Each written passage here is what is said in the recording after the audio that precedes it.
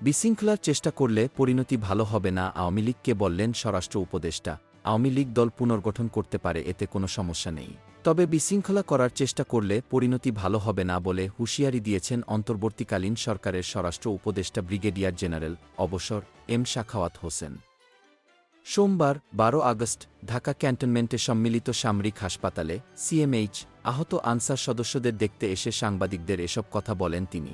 বিভিন্ন জায়গায় ক্ষমতাচ্যুতরা আবার সংগঠিত হওয়ার চেষ্টা করছে, এমন প্রশ্নের জবাবে স্বরাষ্ট্র উপদেষ্টা বলেন, লোক জড়ো করুক আর যাই করুক, এমন কিছু করবেন না যাতে আপনাদের জীবন বিপন্ন হয়। কারণ এ দেশের পাবলিক এখনও আপনাদের গ্রহণ করতে আসেনি।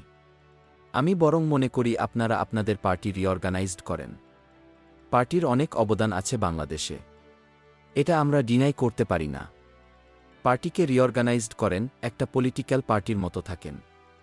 ইলেকশন এলে কন্টেস্ট করবেন, জনগণ ভোট দিলে ভোটে যাবেন। ক্ষমতাচ্যুত আওয়ামী লীগের উদ্দেশ্যে সাখাওয়াত হোসেন বলেন, এ দেশের লোক এত তাড়াতাড়ি ভোলেনি, সময় দেন হয়তো ভুলে যাবে।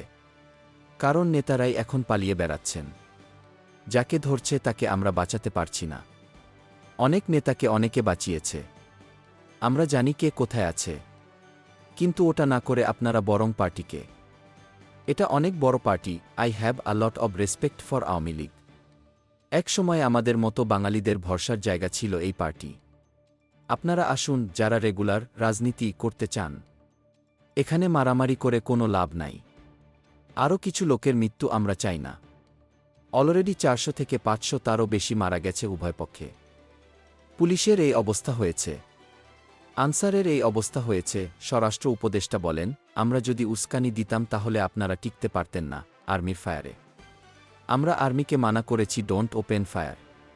কারণ কাকে মারবেন আপনি? আপনারা এই পুলিশকে দিয়ে কাকে মারিয়েছেন? পুলিশকে দিয়ে মারিয়েছেন আপনার সন্তানকে। এটা করবেন না, অনুরোধ করছি, প্ররোচনায় আইসেন না। ব্যক্তিগত স্বার্থে আপনারা এত বড় দলকে নষ্ট করবেন না। এটা আমাদের প্রাইড ছিল, বঙ্গবন্ধুর স্বপ্ন ছিল, নষ্ট করবেন না।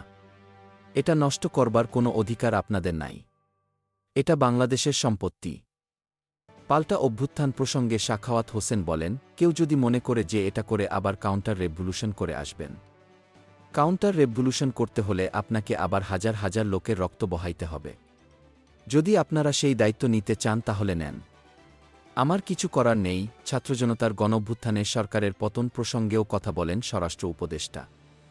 তিনি বলেন, আমাদের যে ইয়ং জেনারেশন, এরা করেছে, কোনো পলিটিক্যাল পার্টি করে নাই।